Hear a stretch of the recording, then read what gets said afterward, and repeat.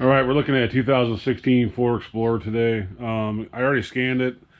I took it around the block. I didn't feel anything really in the engine, but it's got a p0305, which means a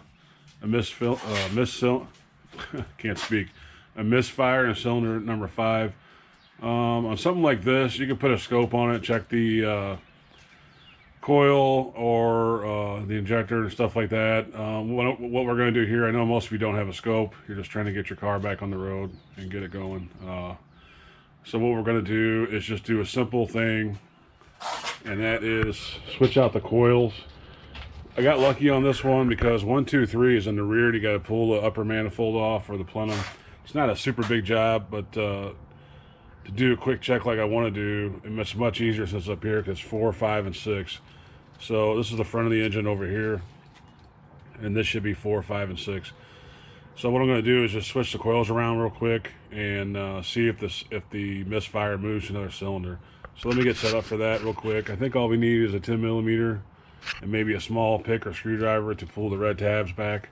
And we're just going to swap out 5 and 6 there and move them around, and then check the scan tool and see if the misfire moved to the other cylinder. If it did, then obviously that coil's bad, and we'll get a new coil for it. So it's just a simple, usually quick, depending on where it's at, a quick way to test to see if the coil's bad without using a scope or anything. All right, so we're set up here in the engine compartment. Move my scan tool all the way real quick. And we're just gonna take a little pick, a little screwdriver, what do you have, and just pull these red safety tabs back. Sometimes they like to, that one went back. Sometimes they do like to break, so. If they do, it's not the end of the world because it is a safety tab, but I don't like breaking them if I don't have to. Rough. And you just push it on the black tab and they come out, and then we're just gonna switch these two coils around real quick. Should be 10. No, I'm wrong, it's 8. So it's 8mm on the bolts.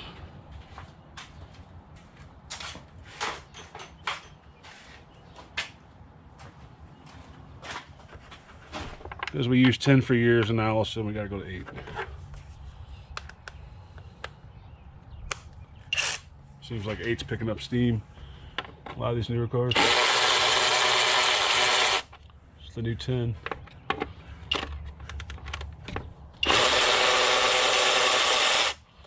So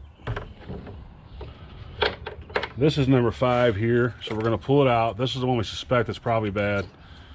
This is number 6. So we're going to put 6 and 5 hole, and I'm not even going to bolt it down. I'm just going to leave it loose and plug it in. I'm not going to put the red tab back in, if I could do anything.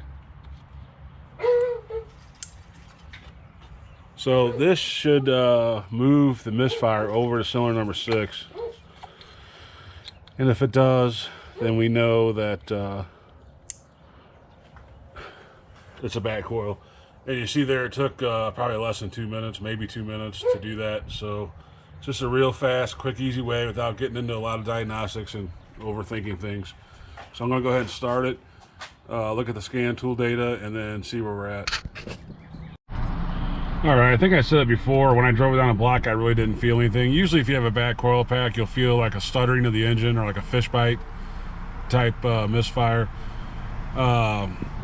I've only drove it about 2 miles, so it wasn't misfiring at idle at all, and it runs real good at idle, and I couldn't get it to misfire in the, just let it idle and revving it up a little bit. But I took it out on the road. I've drove it about a mile, and you can see here it's cylinder 6, and we've had 2 misfires, and then cylinder 5, the one that was sending the code, we have 0 misfire. So I think it's pretty safe to say that the misfire moved over to number 6. Like I said, this is a very, very mild. I can't even feel it or detect it myself when I'm driving it. So it would probably take maybe a couple of days or more for this to set the actual 306 code. But I think this proves it that it moved. So what I'm gonna do is just grab a coil pack while I'm out here, and then go ahead and pick that up and put it in, and then we'll switch it out real quick, and then drive it again. So I'm gonna go get the coil pack real quick, and then we'll pick it back up. All right, so every time you turn it off, it resets the scan tool as far as this mode here. So I drove back from the auto parts store, and I got on it one time kind of hard, and I picked up 4 misfires from cylinder 6. None of the other ones have any. And when I looked at the freeze, I forgot to mention earlier, when I looked at the freeze frame data, for some reason I can't talk today, it happened at 5,000 RPM. So it's a relatively high RPM that this thing misfires. So you can see you may not even get any misfires if you just drive around casually and don't push it. But anytime you give it a lot of fuel, like to pass somebody or go, it's when it picks up a 1 or 2 here and there. So again, this would take probably a long time to set the check engine light if you just let it go and whatever. But anyway, so we're gonna go ahead and put the new one in, and then we'll take it back out and see what happens with it. I'm expecting it's going to be fixed. So anyway, we'll check it out real quick and get back on it. All right, so I did end up putting the screws back in because I had to drive it to see it wouldn't misfire at idle. If you get one that's really going out, they'll misfire at idle. But this one was so, like I said, you can't even feel this misfire driving it. So I had to drive it, so I put the bolts back in just to be safe. And the bad thing about this video is if you don't have a scan tool that's capable of monitoring the misfire data, then this isn't going to help you at all. You're just guessing. So usually when these go out, they go out and it's more, this is just a very, very beginning stages, I would think, of this one going out. Usually it's a lot more pronounced, and if you drive a little bit, the code will come back to a different cylinder, whichever one you switched out, and then you'll know for sure.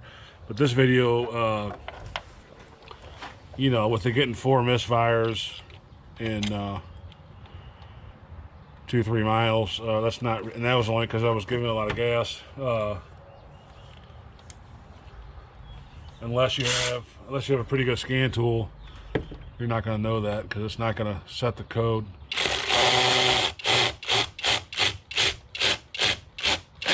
For the cylinder that you switched out for. So, and also don't forget, you know, you had 5 misfiring, but you switched it to 6. So 6 is the one with the bad coil. I know it's common sense, but sometimes you can get in a hurry, forget things like that. So you're really switching out 6 at this point instead of 5 because we moved the bad coil over to 6. So let's take it out real quick. I'll hammer out it one time going up the hill, and then nothing comes up, then we know it's over with. So let's go take it, double check it one more time, and then we'll end this out. All right, so I just took it on like a little 2-mile loop, and you can see here cylinder 6 has 0 misfires. I laid into it pretty hard 2 or 3 times going up hills and stuff, and got the RPMs up there. And I mean, like before, I didn't feel anything, but it felt good, and it didn't show up on here. So, and actually the check engine light went out by itself. I didn't clear it. Usually, you know, you have to clear it, so it went out pretty fast. So I guess that's about all for this video. Just kind of easy ways, sometimes depending on what cylinder it is, to swap out the coils and see if it moves. Like I said, this video maybe not so much, just because it was just barely misfiring. So if you don't have a good scan tool, you may not be able to detect that or pick that up. But normally when they go out, they're a lot more violent, and it shows up more on your gas pedal and stuff, and then you can kind of tell pretty quickly when you switch it out. It'll pick up the code for that cylinder instead of the one you had, and then you know that you got the coil problem. So usually you get a C code for fuel injectors normally. So anyway, that's about it on this one, and hopefully it helps somebody. Thanks for watching. As always, God bless.